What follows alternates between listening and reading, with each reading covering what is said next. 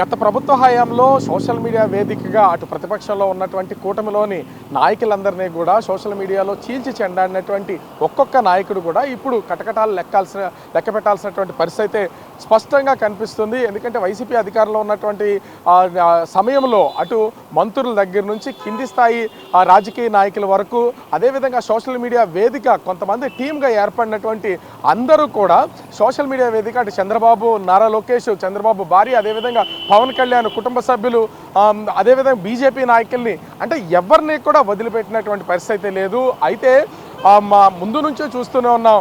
ఖచ్చితంగా మేము అధికారంలోకి వచ్చిన తర్వాత ప్రతి ఒక్కరు లెక్కలు తేలుస్తాం. రెడ్ బుక్ని ఒకదాన్ని మేము సిద్ధం చేసి ఉన్నాం. రెడ్ బుక్లో ఏ పేరైతే ఎక్కుతుందో అధికారి దగ్గర నుంచి వైసీపీలో ఉన్నటువంటి నాయకులు, సోషల్ మీడియా టీంకి సంబంధించిన అందరి పేర్లు రెడ్ బుక్లో ఎక్కిస్తామని అటు నారా లోకేష్ హెచ్చరికలు జారీ చేస్తూనే వచ్చినటువంటి పరిస్థితి మనం చూసాం. అయితే ఇప్పుడు కూటమి ప్రభుత్వం అధికారంలోకి వచ్చింది. కూటమి ప్రభుత్వం అధికారంలోకి వచ్చిన తర్వాత ఇప్పుడు ఒక్కొక్కరిగా సోషల్ మీడియాకి సంబంధించినటువంటి అందరిపైన కేసులు పెడుతూ అరెస్టులు చేస్తూ వస్తున్నటువంటిది మనమైతే స్పష్టంగా చూడొచ్చు. ముఖ్యంగా చూస్తే అటు ఇప్పటి వరకు వైసీపీకి సంబంధించినటువంటి సోషల్ మీడియాలో ఉన్న ఆ కీలకమైనటువంటి వ్యక్తులు మాత్రమే అటు అరెస్టులు చేయడం, వాళ్ళ మీద కేసులు పెట్టడం, అరెస్టులు చేస్తున్నటువంటి పరంపరే చూస్తూ వచ్చాం. కానీ మెయిన్ ఎవరైతే ఈ సోషల్ మీడియా వేదికగా తప్పుడు ప్రచారం చేసి అసభ్యకరమైనటువంటి పోస్టులు చేసి అటు పవన్ కళ్యాణ్ని, నారా లోకేష్ని, అదేవిధంగా చంద్రబాబుని వీళ్ళందరి మీద తీవ్ర స్థాయిలో జుబ్బుసాకరమైనటువంటి విమర్శలు చేసినటువంటి మంత్రి స్థాయి అధికారులను, ఎమ్మెల్యే స్థాయి అధికారులను ఇప్పటి వరకు అరెస్ట్ చేసినటువంటి పరిస్థితి ఎక్కడ కనిపించలేదు. కేసులు పెట్టినటువంటి కూడా తూతుమంత్రంగా వెళ్ళినటువంటి పరిస్థితి ఉంది. ఎందుకు అంటే అటు టీడీపీ కార్యాలయం, గన్నవరం టీడీపీ కార్యాలయానికి సంబంధించి దాడి కేసు కానీ, అదేవిధంగా అటు చంద్రబాబు కార్యాలయానికి సంబంధించినటువంటి కేసులు కానీ వీటి మీదే ఇప్పటి వరకు ఫోకస్ చేసినటువంటి కూటమి ఇప్పుడు మరొక అడుగు ముందుకేసినటువంటి పరిస్థితి ఉంది. ఇప్పటికే వైసీపీకి సంబంధించినటువంటి బోరగడ్డ అనిల్తో పాటుగా వర్రా రవీంద్రారెడ్డి వీళ్ళందరి మీద కేసులు పెడుతూనే ఉన్నారు. సజ్జల భార్గవ్ వీళ్ళంతా కేసులు పెట్టినటువంటి వీళ్ళందరూ కూడా సెకండ్ గ్రేడ్ నాయకులుగానే చెప్పుకోవాలి. ఎందుకంటే వైసీపీలో కీలకమైనటువంటి మంత్రులు కానీ ఎమ్మెల్యే స్థాయిలో వర్క్ చేసినటువంటి వాళ్ళు వీళ్ళెవరూ కాదు. ఇప్పుడు మంత్రులకి వాళ్ళు పనిపట్టే పనిలో ఇప్పుడు కూటమి ప్రభుత్వం అయితే వచ్చినటువంటి పరిస్థితి ఉంది. గత ప్రభుత్వ హయాంలో మంత్రులుగా పనిచేసినటువంటి గుడివాడ ఎమ్మెల్యే, మాజీ మంత్రి అయినటువంటి అటు కొడాలి నాని మీద ప్రస్తుతం అయితే విశాఖలో కేసు నమోదైనటువంటి పరిస్థితి కనిపిస్తుంది. కొడాలి నాని మంత్రిగా ఉన్నటువంటి సమయంలో, అదేవిధంగా ఎమ్మెల్యేగా ఉన్నటువంటి సమయంలో నారా లోకేష్ మీద, చంద్రబాబు మీద, చంద్రబాబు కుటుంబ సభ్యుల మీద అనుచిత వ్యాఖ్యలు చేయడం అయితే అది బాధ కలిగించింది. అత్యంత దారుణమైనటువంటి వ్యాఖ్యలు చేశారు. అవి చూసి తట్టుకోలేకపోయినవి. విశాఖలో ముఖ్యంగా ఆంధ్ర యూనివర్సిటీలో లా చదువుతున్నటువంటి అంజనా ప్రియ అనే విద్యార్థిని 3 టౌన్ పోలీస్ స్టేషన్లో కేసు పెట్టినటువంటి పరిస్థితి ఉంది. 3 టౌన్ పోలీసులు కూడా 352(3) T53(3)(2) సెక్షన్ల కింద అయితే ప్రస్తుతం కేసు నమోదు చేసినటువంటి పరిస్థితి ఉంది.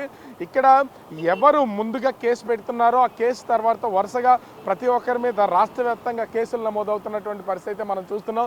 ఇప్పటికే బోరగడ్డ అనిల్కి సంబంధించి మొదటిగా ఒక కేసు అయితే నమోదైంది. తర్వాత కంటిన్యూగా ఆ కేసుల పరంపర అనేది కొనసాగుతుంది. తర్వాత శ్రీరెడ్డి, అదేవిధంగా సజ్జల భార్గవ్, వర్రా రవీంద్రారెడ్డి ఇలా అనేక మందికి సంబంధించినటువంటి కేసుల పరంపర అయితే కొనసాగుతుంది. ఇప్పుడు తాజాగా మంత్రిగా పనిచేసినటువంటి కొడాలి నాని మీద కేసు అయితే నమోదు చేసినటువంటి పరిస్థితి కనిపిస్తుంది. దీంతో మరి విశాఖలో పెట్టినటువంటి విశాఖ 3 టౌన్లో నమోదైనటువంటి ఈ ఒక్క కేసుతోనే ఉంటుందా, లేకపోతే రాష్ట్ర వ్యాప్తంగా కూడా కొడాలి నాని మీద కేసుల నమోదు పరంపర కొనసాగుతుందనేది మాత్రం వేచి చూడాల్సినటువంటి పరిస్థితి ఉంది. అయితే లా చదువుతున్నటువంటి విద్యార్థిని లీగల్గా కూడా కొంత ఒపీనియన్ ఉంటుంది. ఒక మాజీ మంత్రి మీద కేసు పెట్టేటప్పుడు అనుచిత వ్యాఖ్యలు వాటన్నింటికి సంబంధించినటువంటి రికార్డ్స్తో పాటు కొన్ని ఆధారాలు అంటే సోషల్ మీడియాలో వేదికగా చేసినటువంటి ఆరోపణలు కానీ లేదా వ్యాఖ్యలు కానీ వాటన్నింటినీ సిడీస్ రూపంలో కొంత తీసుకోవడం, ఆ మెటీరియల్ మొత్తాన్ని 3 టౌన్ పోలీసులకైతే అందించి ఒక ఫిర్యాదు అయితే నమోదు చేసినటువంటి పరిస్థితి కనిపిస్తుంది. దీంట్లో స్పష్టంగా నారా లోకేష్, అదేవిధంగా నారా చంద్రబాబు నాయుడుతో పాటుగా కుటుంబ సభ్యులను, ఆ కూటమికి సంబంధించినటువంటి నాయకుల్ని అత్యంత జుగుప్సాకరమైనటువంటి పదజాలంతో, పైకి చెప్పుకోలేనటువంటి మాటలతో వ్యాఖ్యలు చేసినటువంటి పరిస్థితి ఉంది. ఈ విమర్శలకు తట్టుకోలేక ప్రస్తుతం నేను ఈ కేసు అయితే పెడుతున్నానని స్పష్టంగా అంజనా ప్రియ చెప్పినటువంటి పరిస్థితి ఉంది. తన ఒక లా స్టూడెంట్ కావడంతో కొంతవరకు లీగల్గా అప్రోచ్ అయ్యే విషయం తెలుసు కాబట్టి ఒకవేళ బెదిరింపులు ఏమన్నా వచ్చినా లేకపోతే వైసీపీకి సంబంధించినటువంటి వాళ్ళు ఏమన్నా అటు కొడాల నానికి సంబంధించినటువంటి వాళ్ళు కానీ వైసీపీ పార్టీకి సంబంధించినటువంటి వాళ్ళు కానీ ఏమన్నా బెదిరింపులు గురి చేసే అవకాశాలు ఉంటాయి కాబట్టి వీటన్నింటినీ జాగ్రత్త తీసుకుని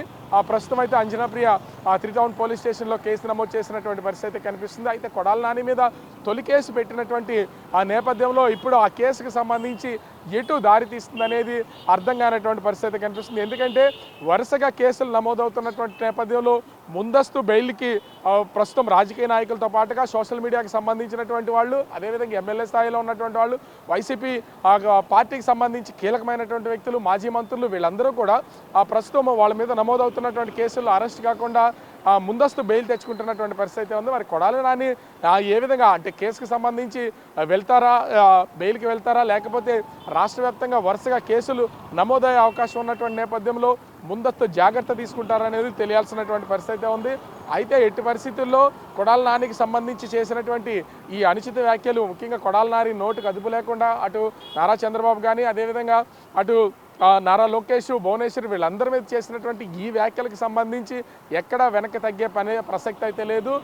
అంటే ఈమె పార్టీకి సంబంధించినటువంటి వ్యక్తి కాదు, అదేవిధంగా టీడీపీలో కార్యకర్తగా ఉన్నటువంటి పరిస్థితుల్లో లా చదువుతున్నటువంటి ఒక స్టూడెంట్గా ఉన్నటువంటి వ్యక్తి నేను వెనక్కి తిరిగి ఆలోచన అయితే చేసే ప్రసక్తే లేదు. కొడాలి నానిని అరెస్ట్ చేయాలి, ఆ విధంగా నేనైతే ఫిర్యాదు చేశానని అంజనాప్రియ చెప్తున్నటువంటి పరిస్థితి కనిపిస్తుంది.